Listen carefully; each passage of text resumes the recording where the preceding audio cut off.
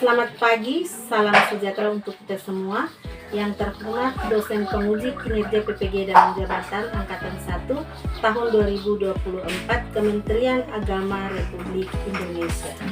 Perkenalkan, saya Agustina Denciana Barosnahat, SAG, Guru Pendidikan Agama Katolik dan Budi Pekerti di SDNYP Kecamatan Atade, Kabupaten Lembata, Provinsi NTT.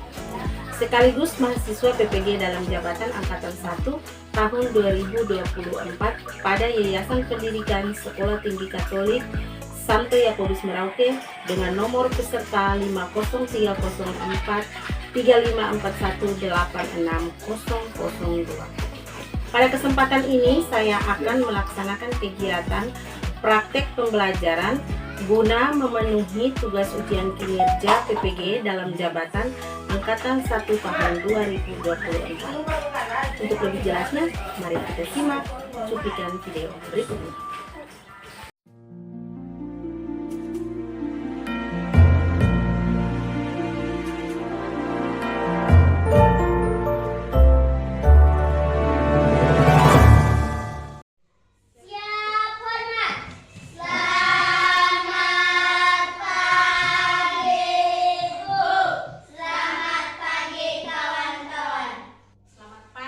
Silakan duduk. Terima kasih, Bu.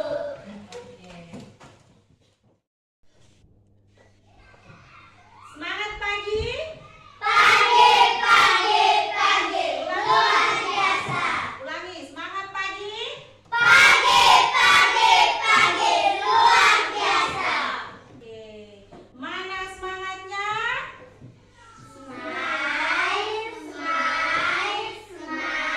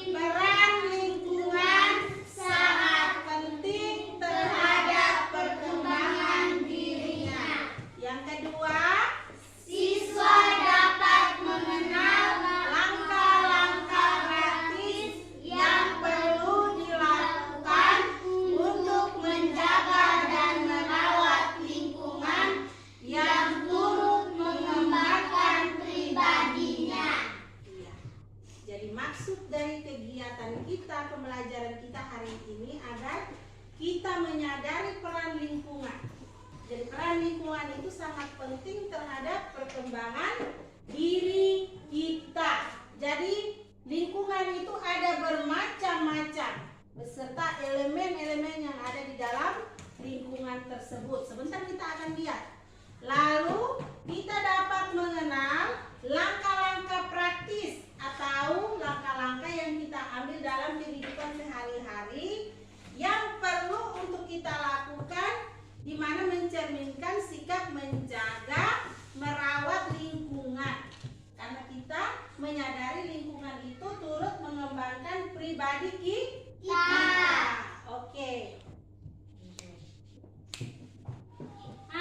Apa itu lingkungan? Siapa tahu angkat tangan? Christopher, apa itu lingkungan? Alam. Alam.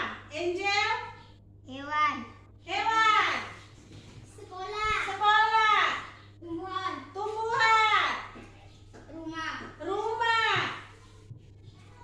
Masyarakat. Masyarakat. Teman-teman. Teman-teman. Warga. Warga. Lingkungan keluarga. Keluarga. Oke. Jadi lingkungan itu dia mencakup seluruh yang ada di sekitar kita. Belajar tentang lingkungan berarti kita belajar tentang alam dan segala isinya.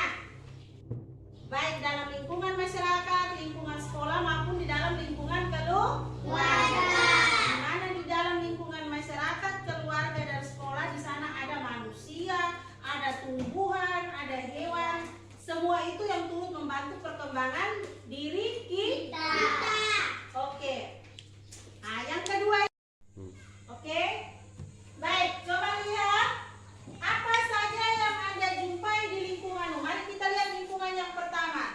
Apa saja yang Anda jumpai di lingkungan keluarga? Bapak, mama, adik, kakak,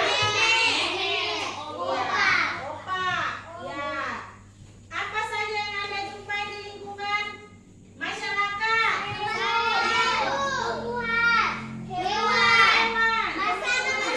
Sesama manusia. Nah, banyak orang toh? Oke. Apa saja yang Anda jumpai di lingkungan sekolah? Guru, teman-teman, kepala sekolah. Jadi banyak Bapak Ibu guru, Baik. Terus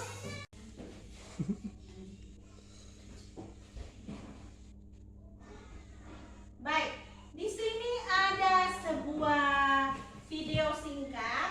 Ibu mengajak kita untuk melihat. Lalu sebentar dari video ini, Ibu akan bertanya kira-kira apa yang kamu lihat dan kamu pelajari dari video ini. Senang tidak? Mari kita menonton.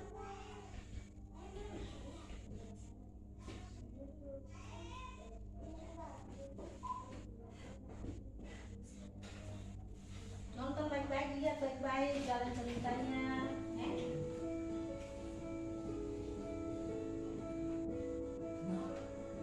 Kok dimatikan TV-nya, Nak? Aku mau belajar, Nek.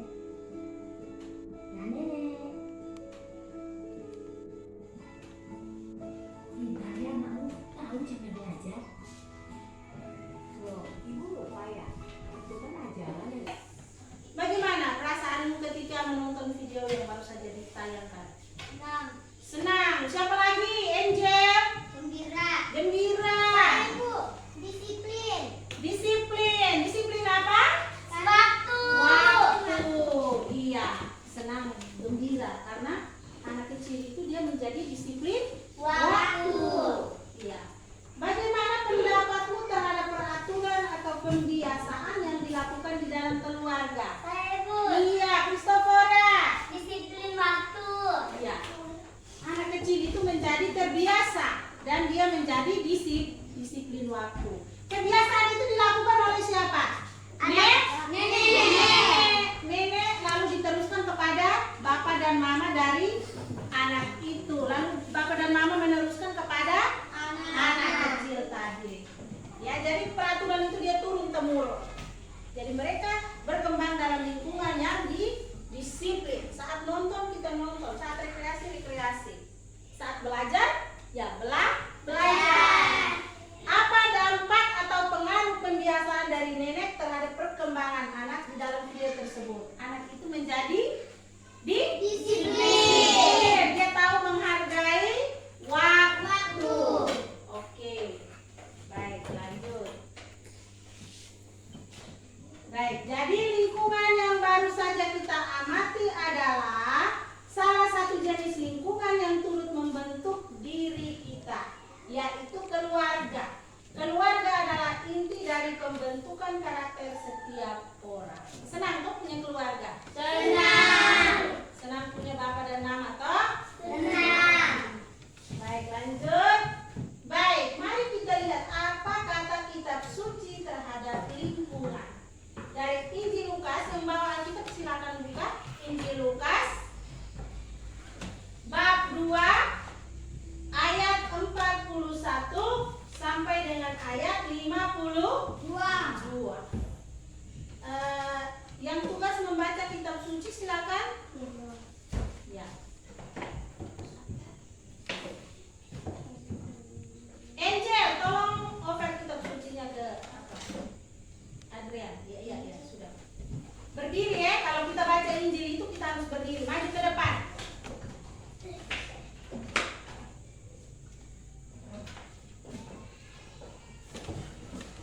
Tiap tahun orang tua Yesus pergi ke Yerusalem pada hari Paskah. Ketika Yesus telah berumur 12 tahun, pergilah mereka ke Yerusalem seperti yang lazim pada hari raya itu, sehabis hari itu raya itu, ketika mereka berjalan pulang, tinggallah Yesus di Yerusalem tanpa diketahui orang tuanya, karena mereka menyangka bahwa ia ada di antara orang-orang seperjalanan. Mereka berjalan sehari perjalanan jauh lalu mencari dia di antara kaum keluarga dan kenalan mereka. Karena mereka tidak menemukan dia, kembalilah mereka ke Yerusalem sambil terus mencari dia. Dan makin dikasihi oleh orang tuanya dan oleh Allah dan manusia. Demikianlah sabda Tuhan. Terpujilah ya Kristus. Terpujilah Kristus, terpujilah ya. Baik. Setelah mendengar bacaan kitab suci, agar lebih jelas Ibu minta kepada kelompok untuk mendramatisasikan kisah Yesus tertinggal di bait Allah. Sampai di sini Kak. 3 mulai. Setiap tahun keluarga Yesus pergi ke Yerusalem untuk merayakan Paskah. Tahun ini Yesus berusia 12 tahun, usia yang paling penting bagi seorang anak Yahudi. Setelah perayaan, mereka mulai perjalanan kembali ke Nazaret bersama rombongan. Sementara Maria dan Yusuf melanjutkan perjalanan pulang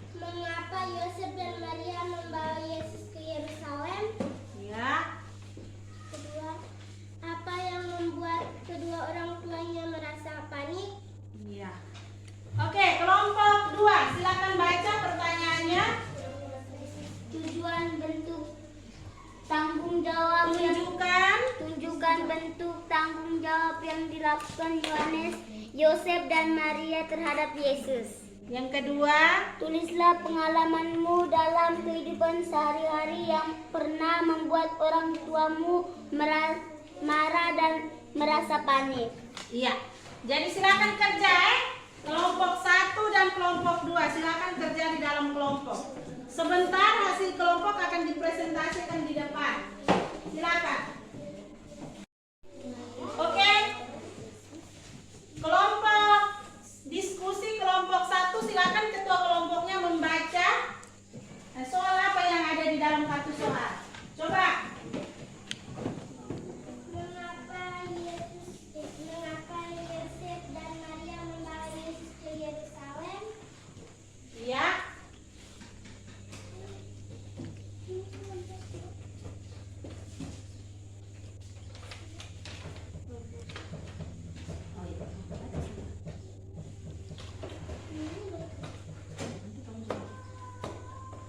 Mereka merasa panik dan kembali ke Yerusalem untuk mencari Yesus. Kelompok 1 sudah selesai? Sudah, Bu. Kelompok 2? Sudah, Bu. Maka kesempatan sekarang diberikan kepada anggota kelompok yang mewakili kelompok untuk mempresentasikan hasil kerja kelompok. Silakan. Oke, kelompok 1 dan kelompok 2 maju ke depan. Berdiri di sini. Dimulai dari kelompok 1. Silakan baca jawabannya. Karena menurut Baca pertanyaannya baru jawabannya. mengapa Yosef dan Maria membawa Yesus ke Yerusalem? Karena menurut kebiasaan Yahudi setiap tahun mereka harus membawanya pergi di Yerusalem untuk merayakan Paskah. Iya. Pertanyaan berikut. Apa yang membuat kedua orang tua Yesus merasa panik? Saat pulang mereka tidak bersama-sama jalan dengan Yesus. Iya. Itu hasil presentasi dari kelompok 1. Sekarang kita beri kesempatan kepada kelompok 2. Tunjukkan bentuk tanggung jawab yang dilakukan Yosef dan Maria terhadap Yesus. Mereka merasa panik dan kembali ke Yerusalem untuk mencari Yesus, lalu mereka membawa Yesus pulang. Berikut. Tulislah pengalamanmu dalam kehidupan sehari-hari yang pernah membuat orang tuamu marah dan merasa panik. Baik, jadi hasil diskusi kelompok dikumpulkan. Taruh sini ya. Mari kita tepuk salut untuk kelompok 1 dan kelompok 2. Tepuk salut. Salut, salut. Salut, salut. Salut. Oke. Baik. Jadi dari hasil diskusi kelompok 1 dan kelompok 2 di sana kita lihat jawabannya. Setiap tahun Yusuf bersama Maria selalu membawa Yesus ke Yerusalem untuk merayakan pesta Paskah. Sebagai orang tua mereka merasa sangat bertanggung jawab atas iman anak mereka. Usaha dari kedua orang tua ini adalah agar anak itu bertumbuh menjadi anak yang baik di mata Tuhan dan sesama. Sikap cemas dan panik secara tidak langsung mau mengatakan rasa cinta dan tanggung jawabnya. Begitu pula yang kita alami dalam realita hidup bersama kedua orang tua kita. Segala cara yang mereka lakukan adalah untuk kebaikan anak-anaknya.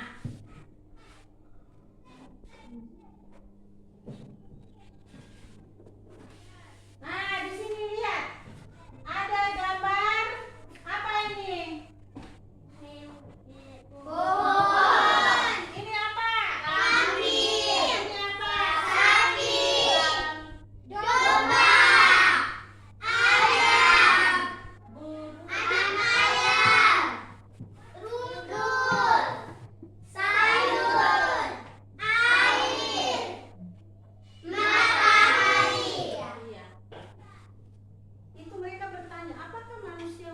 membutuhkan aku juga. Kita butuh tidak? Butuh. Ini juga termasuk elemen-elemen yang kita jumpai di dalam Lingkungan. Ada matahari, ada tumbuhan, ada hewan, sayur-sayuran, ada pohon-pohonan yang hijau. Nah, ini lihat. Ini pohon kegunaannya untuk manusia apa? Oksigen. Penghasil. Oksigen. Kalau matahari, Energi. iya. Kalau ini, Sakit. bagaimana manusia membutuhkan? Untuk dimakan, untuk Dijual. jual dapat uang. Dijual susunya juga. Iya, ada susunya. Terus apa lagi? Ini apa? Air. Manusia membutuhkan Iya. air. Untuk apa?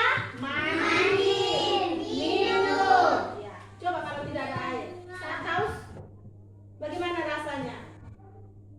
Hah? Kerongkongan ke? Kering. Jadi kita ini apa ini? Sayur. Jadi kita membutuhkan semua elemen ini untuk perkembangan Kering. Oke, lanjut. Baik. Sekarang Ibu memberi kesempatan kepada kami. Nah, apa yang harus Anda buat supaya bunga jangan layu lagi?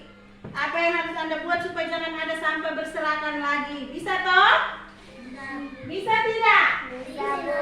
Halo? Hai. Oke.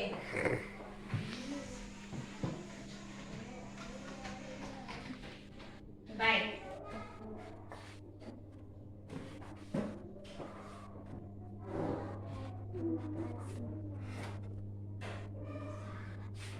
Ya. Jadi setelah mengerjakan tugas ini merupakan akhir dari seluruh kegiatan kita hari ini.